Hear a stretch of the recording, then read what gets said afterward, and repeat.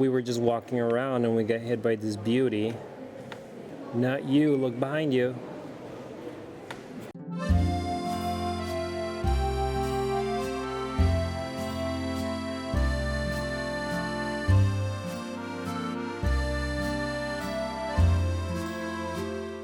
Hey everyone, welcome back to our channel. My name is Kevin. And I'm Nathan, and today we're in, well, let the pictures speak for themselves. It's so beautiful. We are lucky enough to see it without any scaffolding. Today you're going to be learning how to pronounce a few words in French. Are you ready?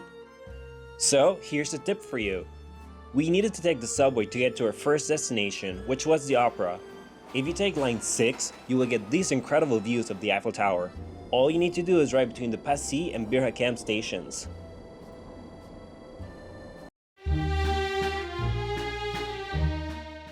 Well, that's disappointing. The opera's all covered up.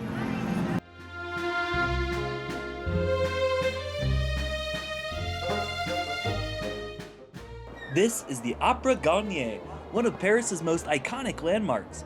It was designed by Charles Garnier and opened in 1875. It features a Second Empire style, also known as Napoleon III style. It blends elements from the Baroque, Renaissance, and Classical styles. There's no shortage of beautiful elements here, from its magnificent grand staircase to its ornate interior. As you make your way to the auditorium, you'll find a breathtaking ceiling, painted by Marc Chagall, which blends modern art with centuries of tradition. You know, you didn't just come here to see the actors perform, you yourself are expected to put on a show, so you best dress to impress. By the way, the auditorium is shaped like a horseshoe to allow patrons to see each other and the stage. We booked a self-guided tour through Get Your Guide. We're not big enough to be sponsored yet, but booking tours in advance is always a good idea, and that website has always been one of our preferred ones. We were just walking around and we got hit by this beauty. Not you, look behind you. This is the Hall of Mirrors, not to be confused with a similarly named hall in the Palace of Versailles. As we mentioned earlier, you were expected to dress to impress when you came here, so this hall was the perfect opportunity to display your best garments for the people watching. There's a library and a museum here. You can find a collection of musical scores, theater programs, and manuscripts, among other documents. The museum houses a vast collection of costumes, paintings, and historical artifacts. It's a perfect place for anyone interested in diving deeper into the world of classical music and opera history. Fun fact, this building serves as the primary setting for the Phantom of the Opera. Have you read the novel? Have you seen the Broadway show? It is still an active venue for performances. Unfortunately, we are here for such a short amount of time and there are no shows available right now. I guess we're gonna have to come back.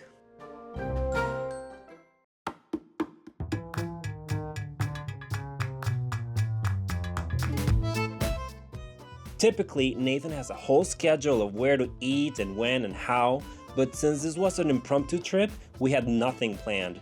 So we decided we wanted Chinese food in France.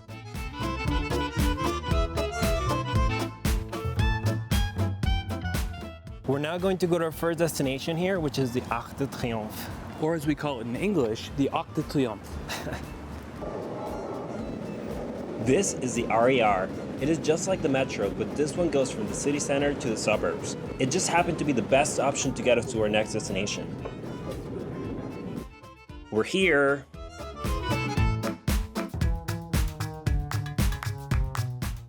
He thinks I'm taking a picture. There's an underground tunnel, but apparently people just like to play Frogger here. Oh, and she lost. It's right here, you can't miss it. The Arc de Triomphe stands proudly at the western end of the Champs-Élysées. It was commissioned by Napoleon Bonaparte in 1806 to honor his army's victories. It has since become a symbol of French national pride. There are sculptures all around that depict key moments from French military history. At 50 meters tall and 45 meters wide, this monument blends classical and modern design. The best part is that you can go up to the top where there's an observation deck. The only thing is that you have to climb a whole bunch of stairs. Definitely not for the faint of heart. You made it.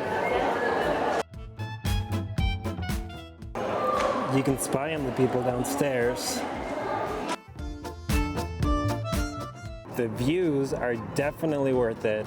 Sacré vue. Did you say view? Yeah. We were just down there. That traffic gives me anxiety. This is my favorite observation deck in Paris. You can see everything from here, including the Eiffel Tower. Ah, there she is, my favorite. I have been smiling like crazy this entire day. That over there is La Défense. It is their financial district. And now we go down. We made it back downstairs. Are you sore? Not one bit. Here's the eternal flame. It is a tribute to those who gave their lives during World War I. All right, we're gonna make a run for it. We're gonna cross above ground. Let's go. Actually, I'll just record God. one run. That chain got me, but we're just kidding. We're not gonna go above ground.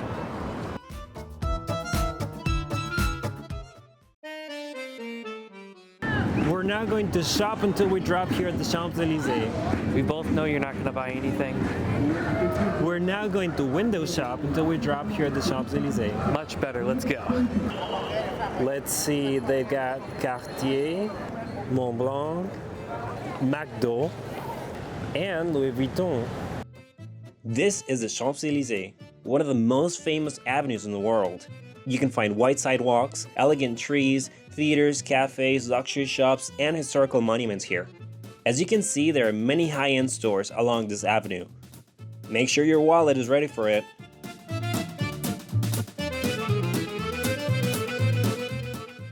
We're checking into our Airbnb, and it looks like our host left some macarons for us. Our place is literally 100 square feet, but look at these views.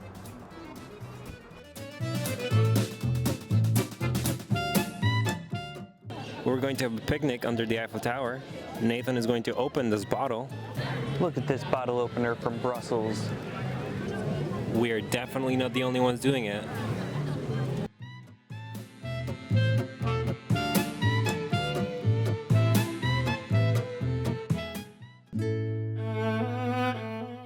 We're now going to attempt to take a boat tour.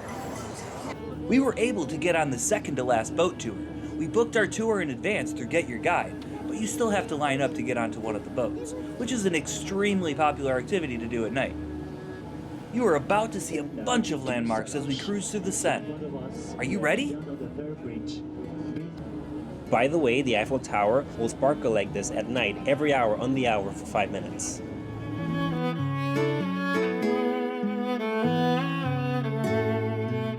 On your right, you will see the Musée d'Orsay, a former railway station.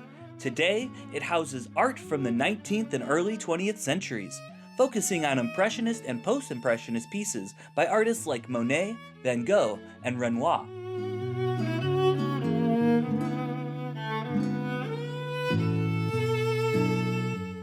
This is the Pont Neuf, meaning New Bridge, but it is actually the oldest one in Paris, despite its name. It was originally built in 1607.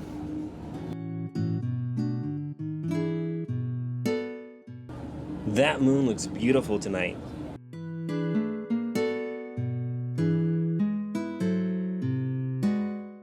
Guess who? There's a lot of people here having a good time. Time to turn around. We're not the only ones on the water.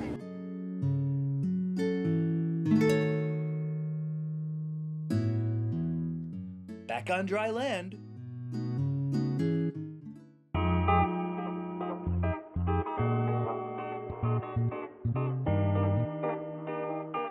Today we are going to embark on a journey to the Louvre.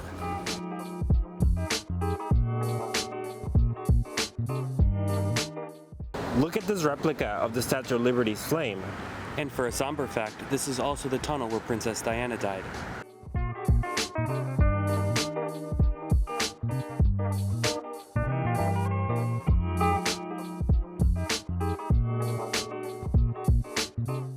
You can see the Opera building right over there.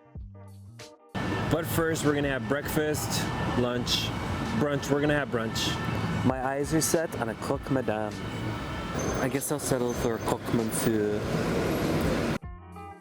We're here. There are 4 entrances to the museum. We use the carousel entrance since we heard that the lines here are shorter, but you be the judge. We booked our tickets online. You will have a timed entry. We missed that time, but we were able to get in after that since we got stuck in this line.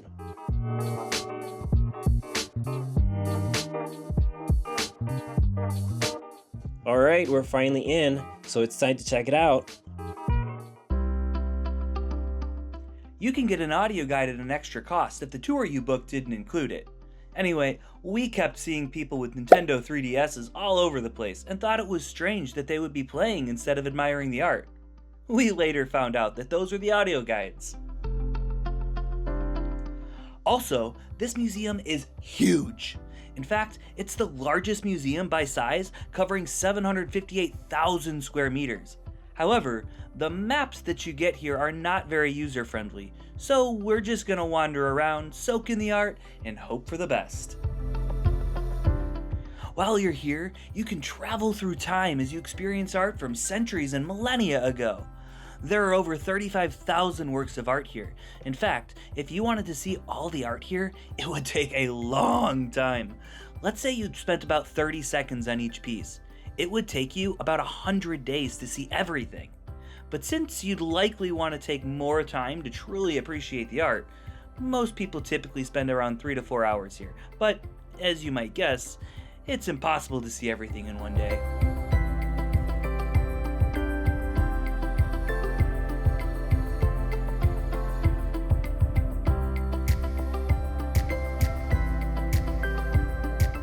Even the ceilings are masterpieces. Here's what a lot of people consider to be the main star of the museum, the Mona Lisa. You will have to line up to see her, but once you get next to her, you will be able to appreciate why she's so famous. You will also notice its size right away. Some people say that it is disappointingly small, especially when comparing it to other paintings in the same room. What do you think?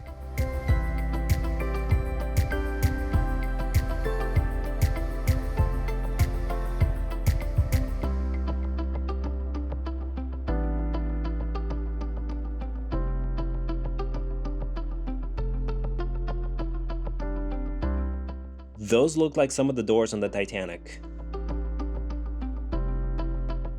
That's the Code of Hammurabi.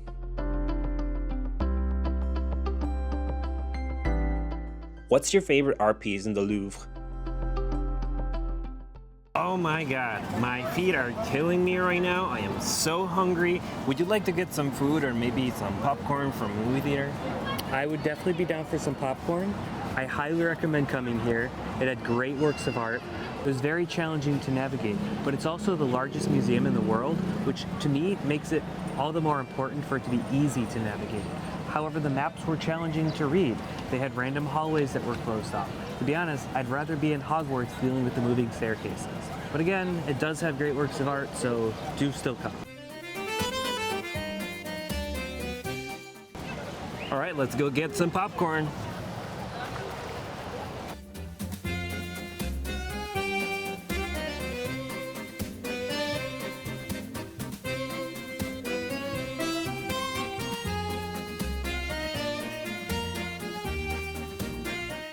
We dressed to impress this evening because we are going to watch a show at the Moulin Rouge.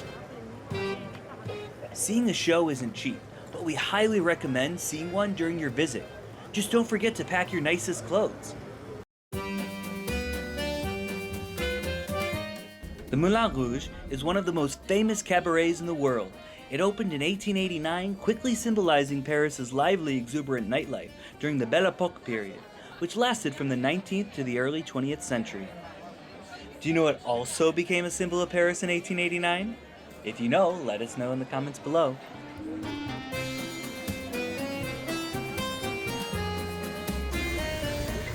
The name Moulin Rouge means red mill, which refers to the large windmill on the roof of this building.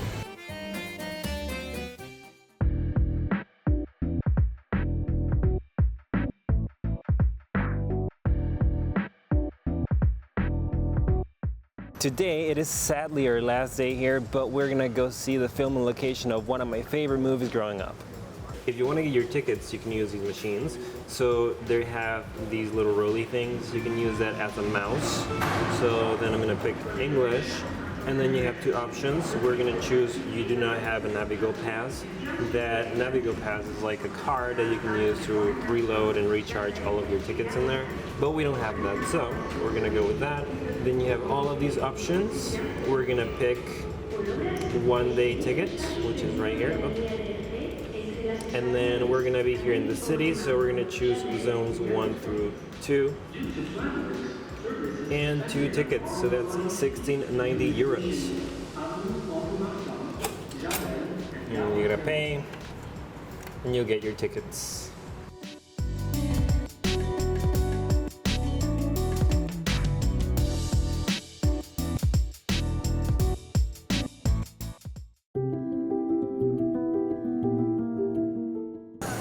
There's the Moulin Rouge again during the day.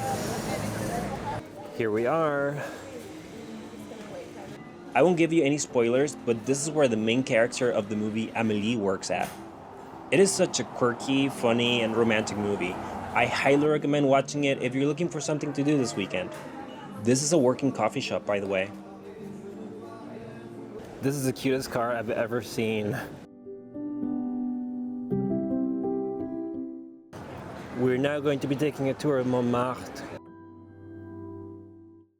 Just look at that view. If you make it all the way up there by the Sacré-Cœur Basilica, you'll have these views.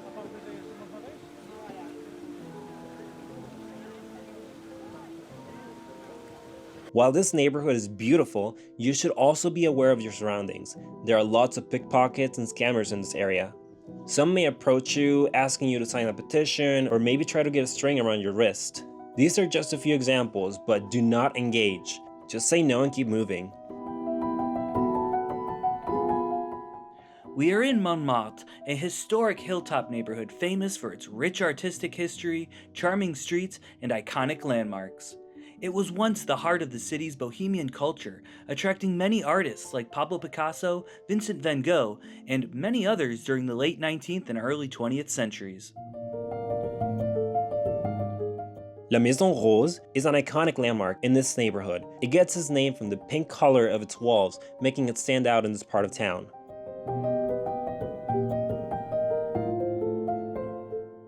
By the way, we keep mentioning that artists frequented buildings in this area because Montmartre wasn't what it is now.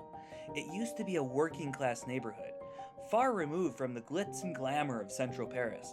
So it became a magnet for artists who looked for cheaper housing alternatives but stayed for the inspiration in its streets and bohemian vibe. This is the bust of iconic French-Italian singer Dalida, who was known for her powerful voice and glamorous career. Do you see the different colors in the bronze? That's because supposedly if you touch your Dalidas, you'll be sure to come back to Paris.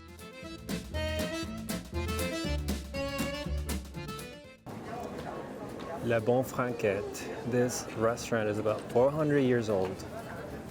If you visited Les Consulates in the late 1800s and early 1900s, you would likely find Picasso and Van Gogh here sipping coffee or eating a nice croissant.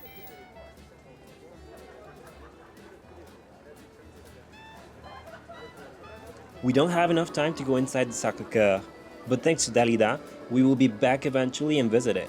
However, we are taking you to another church today.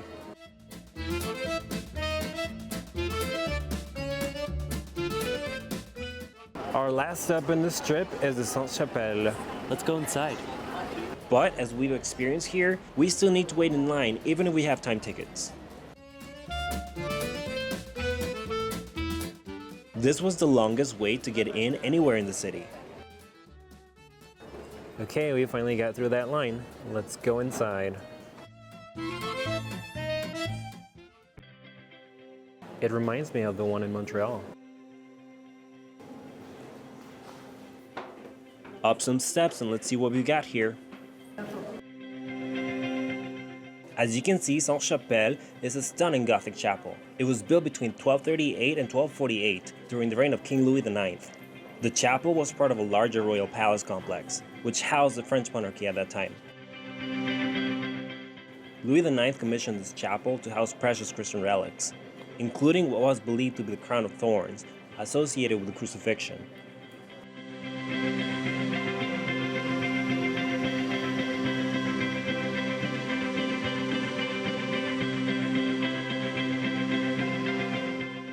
However, the crown of thorns is no longer housed here. It was moved around, especially during the French Revolution, since revolutionaries sought to destroy or loot religious artifacts. In 1806, the crown of thorns was transferred to Notre Dame. While the chapel no longer houses this relic, it still is a historical landmark, and as such, a beautiful building that you can come and admire.